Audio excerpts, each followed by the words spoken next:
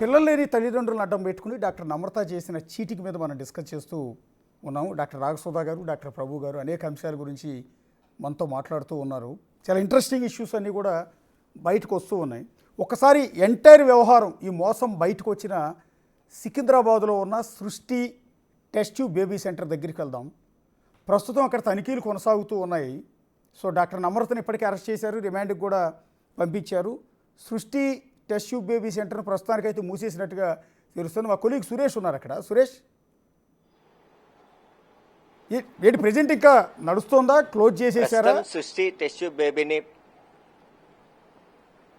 అంటే ఈ క్లినిక్ ని పూర్తిగా క్లోజ్ చేసేశారు. మొత్తం సీజ్ వేసి పోలీసులని లోపల పెట్టారు. 2 పోలీసులు ఉన్నారు. అయితే ఇక్కడ గత కొన్ని సంవత్సరాల నుంచి ఈ క్లినిక్ నిర్వహిస్తున్నారు.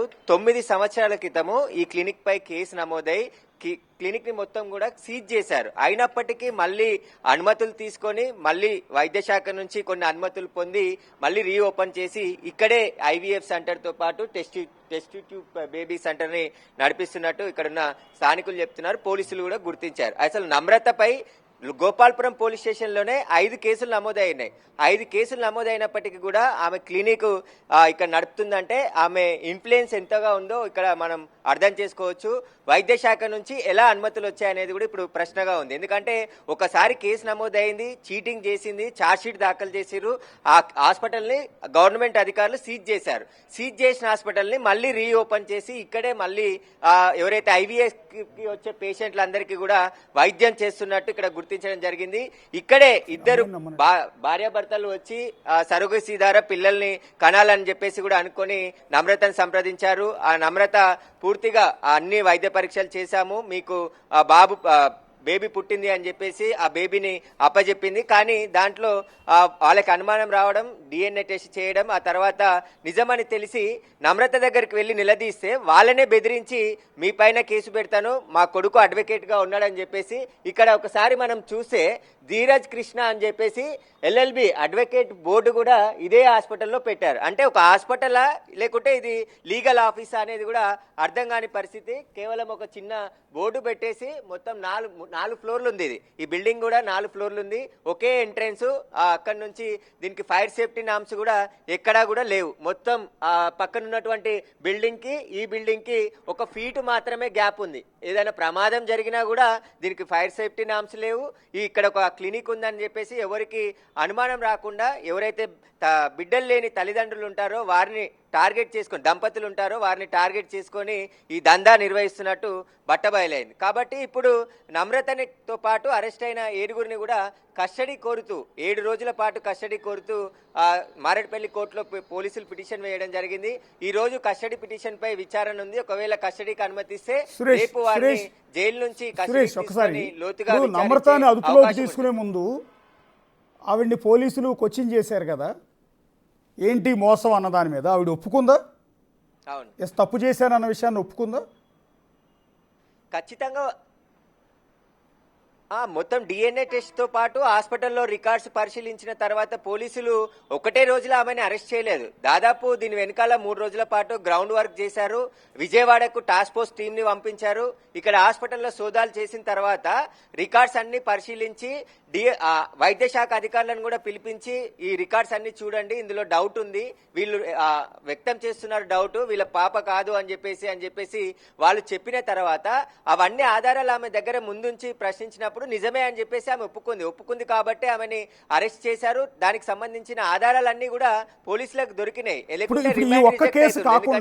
తప్పుడు కేసు పెట్టి నన్ను ఇరికించే ప్రయత్నం చేస్తున్నారని. సురేష్, ఇప్పుడు ఈ ఒక్క కేసు కాకుండా చెప్పండి, మిగిలిన బాధితులు అంటే ఇక్కడ ఆల్రెడీ పిల్లల్ని కన్న వాళ్ళందరిలో ఒక డౌట్ వస్తుంది.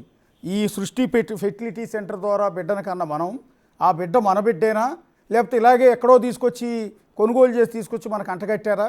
ఇట్లా రకరకాల అనుమానాలు వచ్చే అవకాశం ఉంటుంది. వాళ్ళు ఎవరన్నా మీడియా ముందుకు కానీ పోలీసుల ముందుకు కానీ వచ్చి ఆ విషయాలు ఏమైనా చెప్తున్నారా?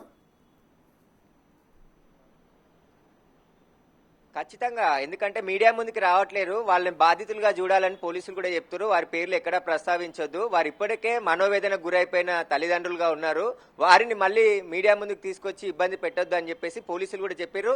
ఇప్పటి వరకు నమ్రత 30 నుంచి 35 మంది పిల్లల్ని అమ్మినట్టుగా పోలీసులు అనుమానిస్తున్నారు. ఒక్కొక్కరి దగ్గర 35 నుంచి 35 లక్షల రూపాయలు దీనికి ఖర్చు అయిందని చెప్పేసి డబ్బులు తీసుకున్నట్టు కూడా పోలీసులు అనుమానాలు వ్యక్తం చేస్తున్నారు. దానికి సంబంధించిన ఆధారాలు కూడా దొరికినాయి. ఇప్పుడు దాదాపు ఇలా పిల్లలని సరోగసీ ద్వారా పిల్లలను అమ్మిన పిల్లలు 30 నుంచి 35 మంది ఉన్నట్టు పోలీసులు ప్రాథమికంగా గుర్తించారు. దానికి సంబంధించిన ఆధారాలు సేకరిస్తున్నారు. ఎందుకంటే ఒకవేళ ఇప్పుడు ఆ తల్లిదండ్రులను గుర్తించాలి, వాళ్ళ పిల్లల్ని గుర్తించి ఆ పిల్లలకి మళ్ళీ వాళ్ళు DNA టెస్ట్ చేయాలి, అప్పుడే తెలుస్తుంది ఈ వీళ్ళ పిల్లలేనా కాదా అనే దానికి సంబంధించి. కొన్ని సంవత్సరాల నుంచి క్లినిక్ నడుస్తుంది కాబట్టి 9 సంవత్సరాల క్రితం మూసివేసిన ఈ క్లినిక్ మళ్ళీ 6 నెలల్లోనే తెరిచేసి ఇక్కడ మళ్ళీ క్లినిక్ నిర్వహిస్తున్నారు. అప్పటి నుండి ట్రీట్మెంట్ తీసుకున్న వారి లిస్ట్ అంతా కూడా మొత్తం పరిశీలిస్తున్నారు. కొన్ని కీలకమైనటువంటి ఫైల్స్ అన్ని కూడా స్వాధీనం చేసుకున్నారు. కానీ ఒక IVF ట్రీట్మెంట్ కి వచ్చే దంపతులు ఇద్దరికి కూడా ముందుగా కౌన్సిలింగ్ చేస్తారు. ఆ కౌన్సిలింగ్ లో ఇద్దరి ఆరోగ్య పరిస్థితులు ఎలా ఉన్నాయని తెలుసుకున్న తర్వాత పూర్తి టెస్టులు చేసి వాళ్ళిద్దరికి కూడా కావాల్సింది ఎవరికి లోపం ఉంది అనే దానికి సంబంధించి ట్రీట్ చేసి దాని తర్వాత IVF ద్వారా మీకు పిల్లల్ని పుట్టిస్తామని చెప్పేసి కూడా ఇదే కౌన్సిలింగ్ సెంటర్ లో కొంతమందికి కౌన్సిలింగ్ చేసి ఇంత డబ్బులు అవుతాయి. ఒక IVF కి దాదాపు 3 నుంచి 4 లక్షలు లేదంటే 2 నుంచి 3 లక్షలు వాళ్ళ ఇచ్చే మెడిసిన్ బట్టి ఇంత రేట్ ఉంటుందని చెప్పేసి కూడా నమ్రత వారితో మాట్లాడుకొని ఒక IVF ఫెయిల్ అయితే రెండో IVF లో సక్సెస్ అవుతుంది, రెండో IVF ఫెయిల్ అయితే మూడో IVF లో సక్సెస్ అవుతుంది అని చెప్పేసి ఒక్కొక్కరి దగ్గర 10 లక్షల వరకు కూడా కలెక్ట్ చేసి ఆ తర్వాత మీకు పిల్లలు పుట్టే అవకాశం లేదు, మేము ట్రై చేసినాము, కానీ మీకు సరోగసీ అనే ఇంకో పద్ధతి ఉంది, అద్దె గర్భం ద్వారా ఎవరైనా మహిళని, అది లీగల్ గా ఉంది, ప్రభుత్వం అనుమతి ఉంది, అద్దె గర్భంలో మీ పిండాన్ని పెంచి తర్వాత డెలివరీ అయిన తర్వాత మీరు పిల్లవాడిని తీసుకోవచ్చు, బాబునే పాపైనా బాబైనా పుట్టినప్పుడు తీసుకోవచ్చు అని చెప్పేసి అలా వారందరినీ కూడా నమ్మించి వారికి ఇక్కడ సరోగసీ ద్వారా పిల్లల్ని పుడుతున్నారని చెప్పేసి బయట నుంచి ఇతర రాష్ట్రాల్లో ఏదైతే హ్యూమన్ ట్రాకింగ్ ఉంటుందో పిల్లల్ని అమ్మే ముఠాని గతంలోనే రాచకొండ పోలీసులు అరెస్ట్ చేశారు. దాదాపు 30 మంది పిల్లల్ని గుర్తించారు ఇలా హ్యూమన్ ట్రాకింగ్ లో తీసుకొచ్చిన పిల్లలు. వాళ్ళంతా కూడా 3 నుంచి 4 సంవత్సరాలు 2 సంవత్సరాలు పెంచుకున్న తల్లిదండ్రులు పిల్లలు దూరం అవుతుంటే వాళ్ళ రోదన అక్కడ చూడలేని పరిస్థితి. ఎందుకంటే మేము పెంచుకుంటామండి, పిల్లల పేరు మీద 10 కోట్లు 5 కోట్ల ఆస్తులని పేరు మీద చేశాము, మాకు ఆ స్తోమత ఉంది అని చెప్పేసి కూడా చెప్పారు. కానీ అక్కడ ఎలా ఒప్పుకోలేదు, చట్టం ఒప్పుకోదు. ఖచ్చితంగా మీరు ఏదైతే చైల్డ్ వెల్ఫేర్ అసోసియేషన్ ఉంటుందో అక్కడ పిల్లలు కావాలని దత్తత ప్రాసెస్ ఉంటుంది, ఆ ప్రాసెస్ లోనే పిల్లల్ని తీసుకోవాలని చెప్పేసి ఆ ముఠాన్ని అరెస్ట్ చేశారు. ఇలానే సేమ్ ఆ ముఠాకి ఈ ముఠాకి కూడా ఏమైనా లింకులు ఉన్నాయనే దానికి సంబంధించి పోలీసులు ఆరా తీస్తున్నారు. ఒకసారి తొందరగా మేడం రాగసుధా గారు ఒక పాయింట్ చెప్పారు, ఏంటంటే ఇలా స్పెర్మ్ కనుక పనికిరాదు, లేదా స్పెర్మ్ వచ్చే అవకాశం లేదు మేల్ నుంచి అనుకున్న సందర్భంలో బయటి వ్యక్తుల స్పెర్మ్ని వాళ్ళ విల్లింగ్తో తీసుకొచ్చి ఎగ్లో ప్రవేశపెట్టి పిల్లల్ని కనేలా చర్యలు తీసుకుంటామని మేడం అంటున్నారు. ఈ క్రమంలో మనం ఒకసారి చెక్ చేస్తే సృష్టి, ఇప్పుడు మీరు నిల్చున్న ఆ సృష్టి టెస్ట్ ట్యూబ్ బేబీ సెంటర్లో 50కి పైగా స్పెర్మ్ బాటిల్స్ అన్నీ కూడా దొరికాయని చెప్తూ ఉన్నారు. కరెక్టేనా అది? దొరికాయి, కరెక్టే. అక్కడ సిలిండర్లలో వాటిని నిల్వ చేసిరని చెప్తున్నారు.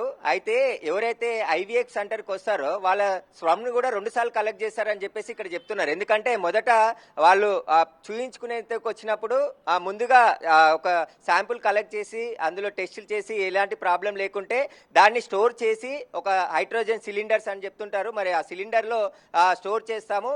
మళ్ళీ IVF ప్రాసెస్ చేసే రోజు ఏదైతే మదర్ నుంచి ఎగ్ కలెక్ట్ చేసి భర్తకు సంబంధించిన వీర్య కణాలు సేకరించిన క్రమంలో అవి క్వాలిటీ లేకుంటే ముందు సేకరించినవి కూడా ఇంజెక్ట్ చేస్తారని చెప్పేసి ఇక్కడ ఉన్న వాళ్ళు అరెస్ట్ అయిన సమయంలో చెప్పిన మాట. కానీ ఇప్పుడు మరి అలా సేకరించిన స్ప్రమ్ అది లేకుంటే ముందే ఎవరైనా బయట వ్యక్తుల నుంచి సేకరించారా అనే దానికి సంబంధించి ఇన్వెస్టిగేషన్ ఇంకా కొన్ని క్లినిక్లు ఉన్నాయి. ఎక్కడైతే సురేష్, ఈ స్పెర్మ్ కొనటానికి కూడా ఒక సిస్టమ్ అనేది ఉంటుంది. ఒక లైసెన్స్డ్ స్పెర్మ్స్ బ్యాంకు నుంచి ఈ ఫెర్టిలిటీ సెంటర్ వాళ్ళు ఆ స్పెర్మ్ని తీసుకొచ్చి అది కూడా పేరెంట్స్ అనుమతితో మాత్రమే దాన్ని వినియోగించాలి. అలాంటప్పుడు ఈ సృష్టి ఫెర్టిలిటీ సెంటర్లో 50కి పైగా శాంపిల్స్ ఎందుకు ఉన్నాయనే కోణంలో ఏమన్నా పోలీసులు ఎంక్వైరీ చేస్తున్నారా? అసలు వీళ్ళు ఎందుకు ఇంత బ్యాంకు పెట్టుకున్నారు ఇల్లీగల్గా? ఖచ్చితంగా వీళ్ళంతా ఫ్రాడ్కే పాల్పడ్డారని పోలీసులు గుర్తించారు. ఇల్లీగల్ గా ఇక్కడ నిల్వలు ఉంచారని చెప్పేసి కూడా గుర్తించారు. దాని మీద ఇన్వెస్టిగేషన్ చేస్తున్నాము, లోతుగా దర్యాప్తు కొనసాగుతుందని చెప్పేసి పోలీసులు చెప్తున్నారు.